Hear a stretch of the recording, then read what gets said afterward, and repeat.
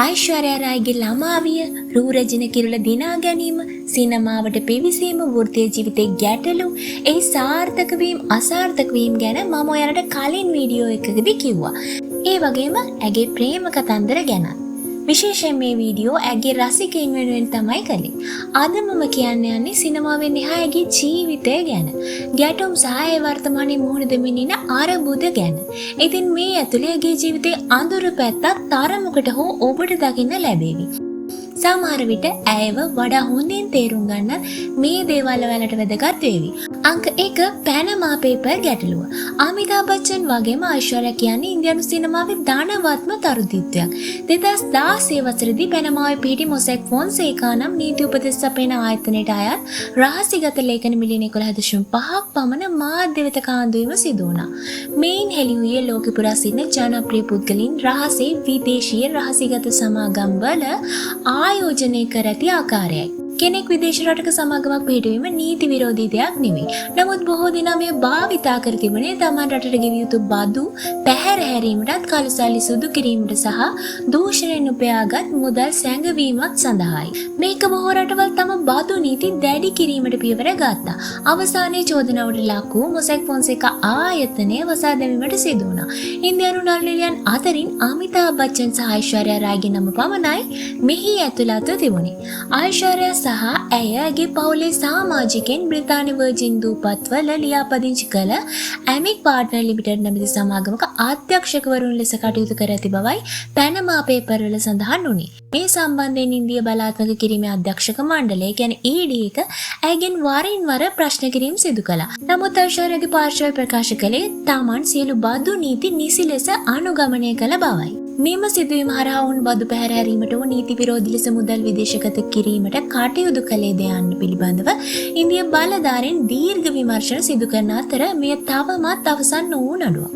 ලෝරියල් සන්නාමේ ඉන්දියානු මුහුණ. සිනමාවෙන් ඈත් වෙලා හිටියත් අයිශ්වර්යා දැන්වීම වලට වෙණී සිටියා. සන්නාම තානාපතිකම් දැරුවා. දිගින් දිගටම කෑන් රතු පළසේ ඇවිද්දා. දීර්ඝ කාලයක් තිස්සේ ලෝරියල් ඉන්දියාවේ ප්‍රමුඛතම සන්නාම තානාපතිනිය වුණේ ඇයයි. ලෝරියල් සන්නාමේ ප්‍රමුඛතම වුණ අයිශ්වර්යා වුණත් වරින් වර විවිධ නිලියන් ඇය හා එක් වුණා. එක් කාලයක ලෝරියල් සන්නාමේ හා එක්කු සෝනම් ආයිෂ්ට ඇන්ටි කියා කතා කිරීම විශාල මතභේදාත්මක සිදුවීමක් වුණා. සෝනම් කිව්වේ ආයිෂ් තමාගේ පියා එක්ක රඟපෑ සමකාලීන නිලියක් වෙන නිසා ආයිෂ් තමාට නැන්දනියක් වෙන බවයි. නමුත් ප්‍රේක්ෂකාගාරේ නම් මීන් කෝපයට පත් වුණා. මොකද දිල්ලි 6 අභිෂේක් සමග ප්‍රේම් රතනි සල්මන් ખાන් සමගත් සෝනම් නොපැකිලි ප්‍රේම ජවනිකා පවා රඟපා තිබුණා. ඔවුන් දෙගේ පියා සමග එකට රඟපෑ නළුවන් වුණා. නමුත් ඔවුන්ට සෝනම් කපූර් මාමාවරුන් ලෙස සැලකුවේ නැහැ.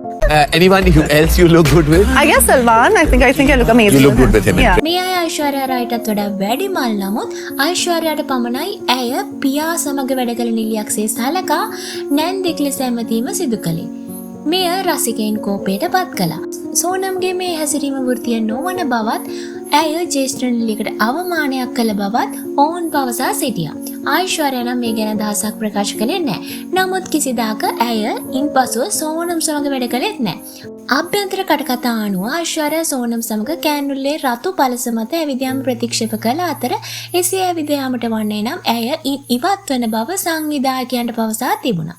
ඉතින් කොයි තරම් හොඳ ෆැෂන් සෙන්ස් එකක් තිබුණත් තරු දරුවෙක් වුණත් දුර්වල රංගන හැකියාව සහ ආනුන් පහතලා කතා කිරීමේ ස්වභාවය නිසා සන්නාම එක්ක ඉන්න තියා බොලිවුඩේ වැඩි කලක් රැඳී ඉන්නටත් සෝනම් කපූර් හටිට ලැබුණේ නැහැ. Sense of fashion? The whole industry, they all suck. True. Thanks, sir. No, it's fine. We all have stylists now. අනෙක් අතට වයස අවුරුදු 60ක් වූ නළුවන් පවා පෙම්වතා චරිතය බොලිවුඩයේ තුල රඟපානවා. ඒත් නිලියක් විවාහී දරුවන් ලැබුණු පසු මව් චරිතවලට සීමා කිරීම හෝ අනෙක් නිලියන්ගෙන් මෙවන් නැවතීම් ලැබීමට සිදුවීම අයිශ්වර්යාගේ පැත්තෙන් අසාධාරණ කාරණයක් ලෙසත් අපිට හඳුන්වන්න පුළුවන්.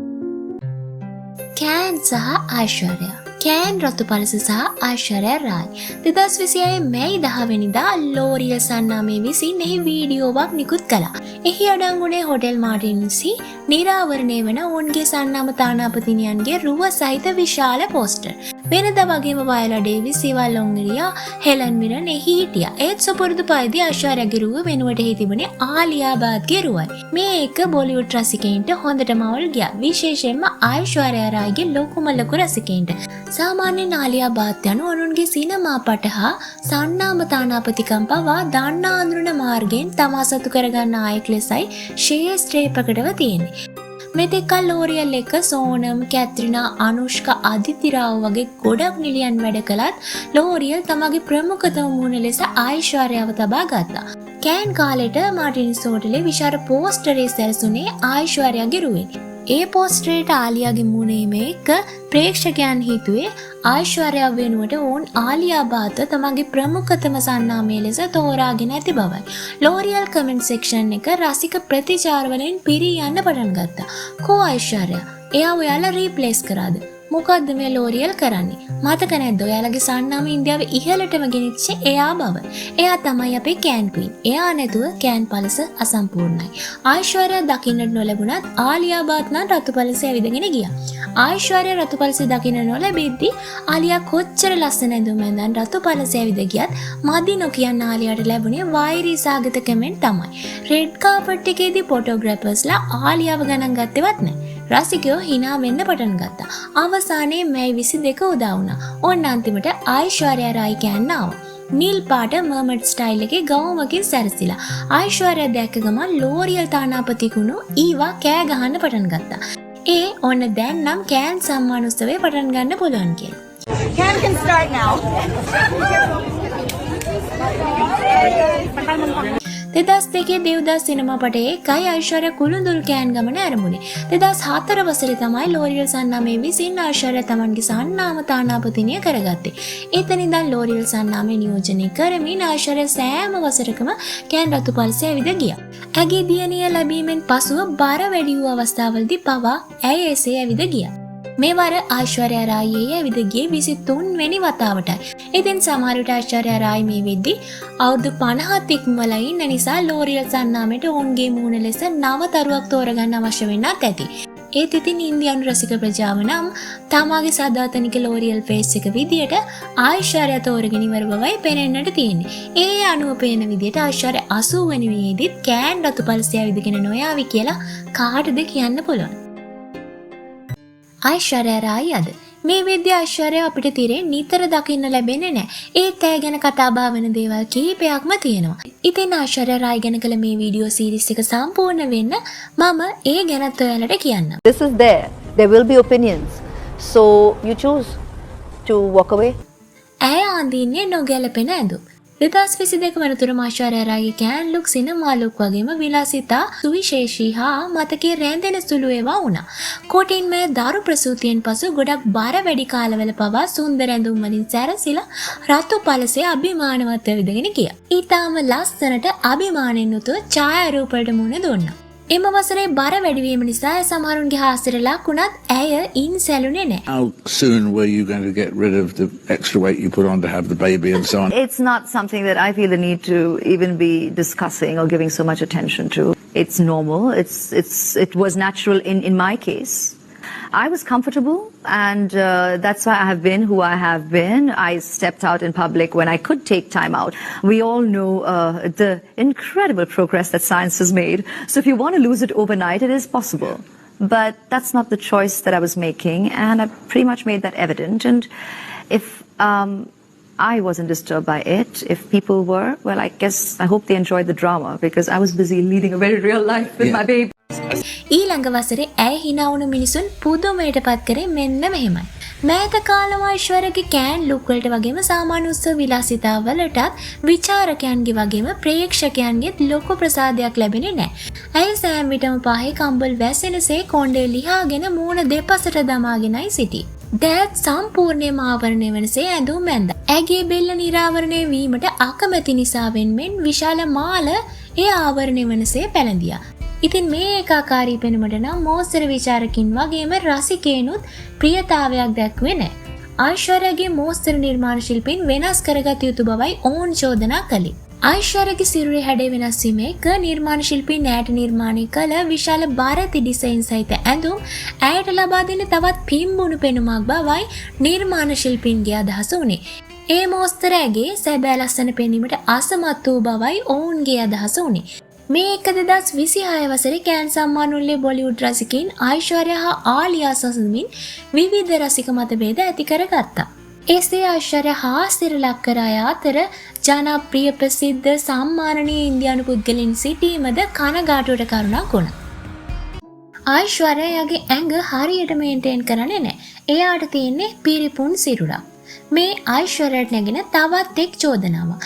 ශිල්පා, ප්‍රීති, කරිෂ්මා, කාජල් වගේ අයිශ්වර්යාගේ සමකාලීන වයස්වල අය ව්‍යායාම් කරලා යෝග කරලා බර තියාගනිද්දී ඇයි අයිශ්වර්යා තමම මේන්ටේන් නොකරන්නේ? මේක අයිශ්වර්යාට නැගෙන තවත් එක් ප්‍රධාන චෝදනාවක්. අයිශ්වර්යාගේ මේ අධික බර වැඩිවීම එක ඇයට ස්වයං විශ්වාසයත් ගිලිහිලා. සමහරු කියනවා ඇය දැන් ඉස්සර වගේ ලස්සනට විශ්වාසයෙන් ඡායාරූප වලට පෙනී ඉන්නෙත් නැහැ. මෝස්තර වේදිකාවල ඇවිදගෙන යන්නෙත් නැහැ. ඉස්සර අයිශ්වර්යා ගාව තිබුණු ඒ චාම් එක දැන් නැහැ. සමහරු එහෙම චෝදනා කරනවා. නමුත් අයිශ්වර්යා රායි කියන්නේ ස්වභාවිකවම පදවිය දැරීම තෝරාගත් නිලියක්. ප්‍රියංකා, ප්‍රීති, ශිල්පා වැනි සාර්වගේශී ක්‍රමයට දරුවන් වැදූ නිලියන් හෝ විවාහක නොවූ නිලියන්ගේ සිරුරු හා ඇගේ සිරුර සැසඳීම සාධාරණ නැහැ. අනෙක් අතට අප තේරුම් ගත යුත්තේ පුද්ගලයන් එකිනෙකාට වෙනස් අතර විවිධ පුද්ගලයන්ගේ ගැටලු අනෙකාගෙන් වෙනස් වන බවයි. ඇතැම් අයට වයස්ගත වීම එක්ක විවිධ රෝගාබාධ එනවා. තයිරොයිඩ් ප්‍රශ්න, හෝමෝන ප්‍රශ්න එනවා. අවශ්‍ය වුණත් බර අඩු කරගන්න බැරි ප්‍රශ්න උන්ට එනවා. ඒ වගේම සමහර අය කොච්චර විශාල තරු වුණත් ඔවුන් ජීවිත ගෙවන්නේ ආතතිදායක පරිසරවලයි. විශේෂයෙන්ම විනෝදාත්මක කර්මාන්තයේ සෑම විටම ආතතියෙන් පිරුණු තැනක්ද වෙනවා. එසේම සමහර මිනිස්සුන්ට ජීවත් වන්නට සිදුවන්නේ ඉතා විෂසහගත මිනිසුන් සමගයි. ඉතින් ඒ දේවල් ඔවුන්ගේ මානසිකත්වය කෙරෙහි බලපානවා. අවසානයේ මානසික ආතතිය ඔවුන්ගේ සිරුරේ වෙනස් වීම වලටත් ඍජුවම බලපෑම් ඇති කරනවා. ඒ නිසා කිසිවෙකුගේ බාර පෙනුම පිළිබඳ චෝදනා කිරීම නම් කිසිසේත්ම සාධාරණ යමක් නොවේ. whole मतलब country proud और पूरे she's a global star. You cannot reduce her to a number, you know, on a scale or a number on the dress, क्या size है, या a number on the calendar years. You cannot reduce her to that. She's beautiful and she looks beautiful, but she's beautiful inside. You know, kind of comments. What kind of message are you sending to the youngsters today? कि आप की जो worth है is on how you look, not on your achievements. සැත්කම් නිසා එයාගේ මූණේ ඉස්තර තිබුණු ලස්සන නැහැ. වර්තමානයේ අයිශ්වර්යා අධිකව බොටොක්ස් ෆිලර්ස් භාවිතය නිසා තමන්ගේ සුන්දරත්වය විනාශ කරගෙන ඇති බවට විශාල චෝදනාවක් නැගෙනවා. ශිල්පා, ප්‍රීති, කාජල් වැනි ආසන්න සම වයස් නිලියන් හා සසඳමින් ඇයට අවමන් කරන අවස්ථා බොහෝමයක් තියෙනවා. ඇත්තෙම අයිශ්වර්යා මූණට අධිකව බොටොක්ස් ෆිලර්ස් භාවිතා කර ඇති බව නම් සත්‍යයක්. Shocked by Aishwarya Rai's recent appearance. और सारे pictures देखिए from her Miss World days to early Bollywood, you can notice she had very soft, naturally contoured cheeks and a very balanced mid-face. But उनके recent images में her mid-face looks noticeably fuller and heavier, especially around the cheeks. ये तभी देखा जाता है जब बहुत सारा filler use किया जाता है to add volume to the cheeks. Of course, fillers add youthfulness to the face, but ये बहुत ज़्यादा करने से काफ़ी puffy and overfilled लग सकता है. ඒ හරහා ඇගේ සුන්දරත්වයට විශාල හානියක් වී ඇති බවත් පිළිගන්න වෙනවා. මූණේ කම්බල් දෙපස ඇතු පිම්බුණු පෙනුම ආවරණය කර ගැනීමට අයිශ්වර්යා කොණ්ඩය මුහුණේ දෙපසට දමා ආවරණය කරගන්නට උත්සාහ කරන බවයි ඔවුන්ගේ මතය. මෙසේ කම්බුල් වලට අසාමාන්‍ය පිරුණු පෙනුමක් සහ තද ගතියක් ඇතිවන්නේ අසාමාන්‍ය ලෙස පිලර්ස් මුහුණට යොදාගත් විටයි. අයිශ්වර්යා රායි සේම, කැත්‍රිනා කයිෆ්, සුෂ්මිතා සෙන් වගේ අයත් මුහුණට අධිකව බොටොක්ස් ෆිලර්ස් භාවිතා කර රසික ප්‍රතිචාරයක නැවත ඒවා අවම කර ගැනීමට පෙළඹී තිබුණා. වයස්ගත වීම සාමාන්‍ය යමක්. නමුත් තරුණ කාලයේ අයිශ්වර්යා සුෂ්මිතා වැනි රූප සුන්දරයන් නිතර අපට කිව්වේ බාහිර සුන්දරත්වයට වඩා ආභ්‍යන්තර සුන්දරත්වය වටිනා බවයි. තමා වීම කෙබඳු සිරුරක් ලැබුණත් තමාට ආදරය කිරීම ගැන ඔවුන් අපිට කියා දුන්නා. නමුත් අද ඔවුන්ද අනාරක්ෂිත සිතුවිලි නිසා මෙවන් දේවල් වලට යොමු වීම යම් තාක් පරස්පර කාරණයක් ලෙසයි ප්‍රේක්ෂකයන් විශ්වාස කරන්නේ. නමුත් ඔවුන් විනෝදාත්මක ශාස්ත්‍රයේ ඉන්නා විට නැතිනම් කමෙන්ට් සෙක්ෂන් එක පුරාවට මුහුණ දෙන සුන්දර සිතීමේ පීඩනය වෙනත් මානසික ගැටලුද අපි තේරුම් ගත යුතුයි. ඒ පීඩනය නිසාම ඔවුන් මේ දේවල් වලට අධිකව යොමු වීම ඛේදනීය නමුත් විනෝදාත්මක ශාස්ත්‍රය තුල අතිශය සාමාන්‍ය දෙයක් බවට පත් වී තිබෙනවා. කොහේ ගියත් දූ එක්කමයි. ආයිශ්වර්යා මුහුණ දෙන තවත් විශාල චෝදනාවක් තමයි ඒ සෑම විටම සෑම තැනකටම දියණිය රැගෙන යාම. සමහර විට සම්මානෝලලක් පුණ්‍යාධාර ආයතනයක වැඩසටහනක් සාදයක් කෑන් පළසෝ සිනමා ප්‍රචාරණ වැඩසටහනක් පවා විය හැකියි. කොටසක් චෝදනා කරන්නේ ඇය දියණිය ස්වාධීන කාන්තාවක් ලෙස සාදා ගැනීම වෙනුවට ඇයගේම සෙවණේ වැඩෙන තම මව මතම යැපෙන දරුවෙකුසේ උස්මහත් කරන බවයි. My biggest addiction is dash. මන්ද මේ වයසේ වෙනත් නිලියන්ගේ දරුවන් තනිවම හිමේ යන අයුරු සහිත වීඩියෝ බහුලව බොලිවුඩයෙන් අපිට දැක ගන්න ලැබෙනවා. තවත් පිරිසක් පවසන්නේ අයිශ්වර්යා සැමියෙක් ලෙස අභිෂේක්ගෙන් හෝගේ පවුලෙන් නොලැබෙන මානසික ආධාරය සහ මුලින්ම දියණියගෙන් සොයා යන බවයි. ඇය තමාගේම තුරුලේ තබා ගනිමින් සෑම උත්සවයකටම පාහේ ඇය රැගෙන යමින් ජීවිතේ ජයග්‍රහණය දුක සතුට නොසලකා හැරින් දරා ගැනීමට හුදෙක් දියණියම මානසික සහනයක් කරගෙන ඇති බවයි. Would like to say that beauty is definitely in the eyes of the beholder, and this beholder can't but help see beauty. I'm unabashedly obsessively in love with my daughter. So for me, at this point in time, Aradhya. It's all Aradhya for sure. අවසන් වරට පොන්නියන් සෙල්ලම් සඳහා ඇය සම්මානය දිරන විටත් ප්‍රේක්ෂකාගාරයේ ඇය වෙනුවෙන් සිටියේ ආරාධ්‍යා පමණයි. Good evening, namaste. Thank you so very much, Saima. මේ අතර තවත් මතයක් තියෙනවා. ඒ ආරාධ්‍යා යම් මට්ටමක ඔටිසම් රෝගී තත්වයකින් පීඩා විඳින බවයි. ඊට හේතු ලෙස ඇය සමහර අවස්ථාවල දක්වන සාමාන්‍ය හැසිරීම, මවගේ දෑතේ මෙල්ලී සිටීම, හිස එක් පසකට නවාගෙන සිටීම ආදී දේ පෙන්වා දෙනවා. මේ ආයිශ්වර්යා සහ අභිෂේක් තවත් දරුවන් පවුලට එකතු කර නොගැනීමටද වක්‍ර හේතුවක් වූ බවයි ඔවුන් තර්ක කරන්නේ. මේ හේතු නිසා ආයිශ්වර්යාගේ සෙවණ යටතේම දියණිය හදා වඩා ගැනීමට පරිස්සම් වන බව ඒ කොටස විශ්වාස කරනවා. හැබැයි ආරාධ්‍ය පාසලේදී කරන මේ රංගනය දැක්කාම නම් ඔටිසම් කටකතාව පදනමක් නැති බොරුවක් බව අපිටත් කියන්න පුළුවන්. I will teach you all the trickery that is there to be learned. I will teach you to be as maliciously magnificent. මිනිස්සු මොන දේ කිව්වත් අම්මා කෙනෙක් සදුවේගේ ආදරය හා බැඳීම් දන්නේ ඒ දෙපළම තමයි. ඉතින් බොලිවුඩ් ඇතුලේ තියෙන මේ වගේ කතා බහ මතිමතාන්තර ගැන ඔයාලට කිව්වට ඒ ගැන විනිශ්චය කරන්න ඇත්තටම අපි කවුරුන්ද?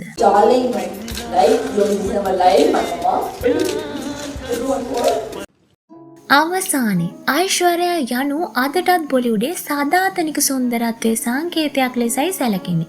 සමහර විට පරිපූර්ණ සුන්දරත්වයම ඇය වෙත අසාමාන්‍ය වෛරයක් ගේන්න ඇති. The worst comment I've heard about myself is Fake plastic, those kind of things. සමහරුන්ගේ ඊර්ෂ්‍යාවට ඇය නොමදවම ලක් වෙන්න ඇති. අදටත් පීඩාකාරී විනිශ්චයන්ට ඇය ලක් වෙමින් ඉන්නවා. සමහර විට ඇගේ පවුල තුලම පවා. කොටසක් ඇයත් වයසට යන මිනිසෙකු බව, රෝගී වන ජීවත් වන ගැටලුවට මුහුණ දෙන මවක් බිරිඳක් ගැහැණියක් බව අමතක කර තිබෙනවා. No, I'm as normal as everyone else. No, don't make me that perfect, believe you me. No, I'm as human as everybody, and I wouldn't want to be perceived as that perfect, because then I won't be real. I mean, please, for goodness. තමන්ගේ පවුල ඇතුලේ වටපිටාවෙම 50 ගණන් වල වයස්ගත කාන්තාවන් පිරිපුන් මව්වරුන් දකිමින් ආයිශ්වර්යා වයස්ගත වීම බර වැඩි වීම පිළිබඳ ඇයට ඇඟිල්ල දිගු කරමින් චෝදනා කරනවා. I'm worth it. But what really decides that? The kind of pictures posted? The number of likes? या फिर social media के comments? Social media और social pressure? दोनों में अब ज़्यादा फर्क नहीं रहा. As a woman, a mother, it's a matter of grave concern to think about the power it can have over young minds. Frankly, even impressionable adults. Where every comment, every like becomes a measure of one's self-worth. This cannot go on. We must make a choice. Let's not go searching for our self-worth elsewhere. Certainly not on social media. The only like that matters is the one you give yourself. Say it. And most importantly, believe it. I'm worth it. ආයිශ්වර්යා නම් ඇය සතු අසම සමහා පරිපූර්ණ සුන්දරත්වයේ විටක ඇයට ආශිර්වාදයක් වූ වශයෙන්ම ඇතැම් විටක ශාපයක් වූ බවකුත් අපිට හැඟෙන්නේ ඒ නිසයි. ඉතින් මොන මතවාද තිබුණත් ඇය රූරජනගේ සිට බොලිවුඩේ දිදුලනම තාරකාවක් දක්වා ආගමන ගෝලීය මට්ටමින් තම රට ලෝකෙ ඉදිරියේ අභිමානයට ලක් කර අයුරු සැබවින්ම විශ්මෙන් පිරුණු ඉතිහාසගත එකක්. for the respect of the one of the finest human being I have met, for this great lady.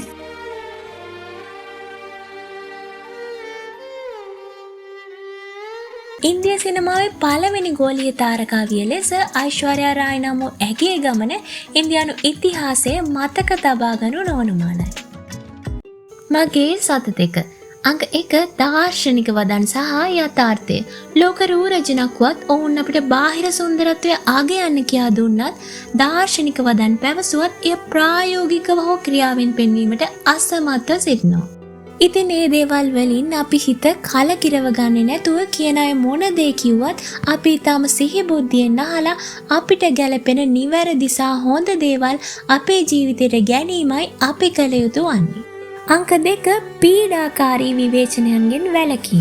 මිනිසුන් ජීවත් වන පරිසරයේ පවතින මානසික ආතතිය හෝ සෞඛ්‍ය ගැටලු ඔවුන්ගේ බාහිර පෙනුමට බලපානවා. කෙනෙකුගේ අභ්‍යන්තර කතාව නොදැන ඔවුන්ගේ ගතිගුණ නොදැන ඔවුන්ගේ බර වැඩි වී ඇති බව විලාසිතාවල අඩුපාඩු පවසමින් පහත් කොට සැලකීම කිසිසේත්ම නොකළ යුතු යමක් වෙනවා. සාමාන්‍ය පුද්ගලයෙකුට වගේම ජනප්‍රිය තරුවකටත් එය අදාළයි.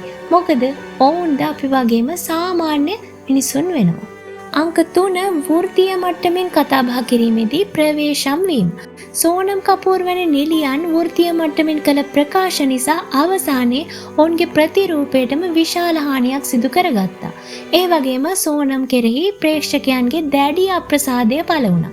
ශේෂ්ත්‍රයේ කුමක් වුණත් තමාට ජ්‍යෙෂ්ඨ අත්දැකීම් බහුල පුද්ගලයින්ට ගැළපෙන ලෙස ගාරු කිරීම තමන්ගේ වෘත්තීය ජීවිතයේ අනාගතයට බෙහෙවින් ඉවහල් වන කාරණයක්. අංක 4 දරුවන්ගේ ස්වාධීනත්වය. විවාහ ජීවිතයේදී සැමියාගෙන් හෝ පවුලෙන් බලාපොරොත්තු වන සහයෝගයෙන් නොලැබෙන විට මවක් තම දරුවන්ට මානසිකව ඉතා සමීප වීමට උත්සාහ කිරීම ස්වභාවිකයි. එසේම ඔවුන් තම දරුවාව අසාමාන්‍ය ලෙස ආරක්ෂා කර ගැනීමට පෙළඹෙනවා. නමුත් දරුවෙකු සමාජයේ ඉදිරියේ ස්වාධීන ආත්ම විශ්වාසයෙන් යුතු චරිතයක් ලෙස ගොඩනැගීමට නම් ඔවුන්ට ඔවුන්ගේම අවකාශයක් ලබා දීමටත් මව්වරු බුද්ධිමත් විය යුතුයි. ඉතින් වෙනද වගේම අදත් මේ වීඩියෝ බලපු ඔයාලට බොහොම ස්තුතියි. මේ වීඩියෝට කැමති නම් ලයික් එකක් දාන්න අමතක කරන්න එපා. මේ වගේ වීඩියෝස් තව බලන්න කැමති නම් අපේ channel එක subscribe කරලා තියාගන්න ගිහින් එන්නම්.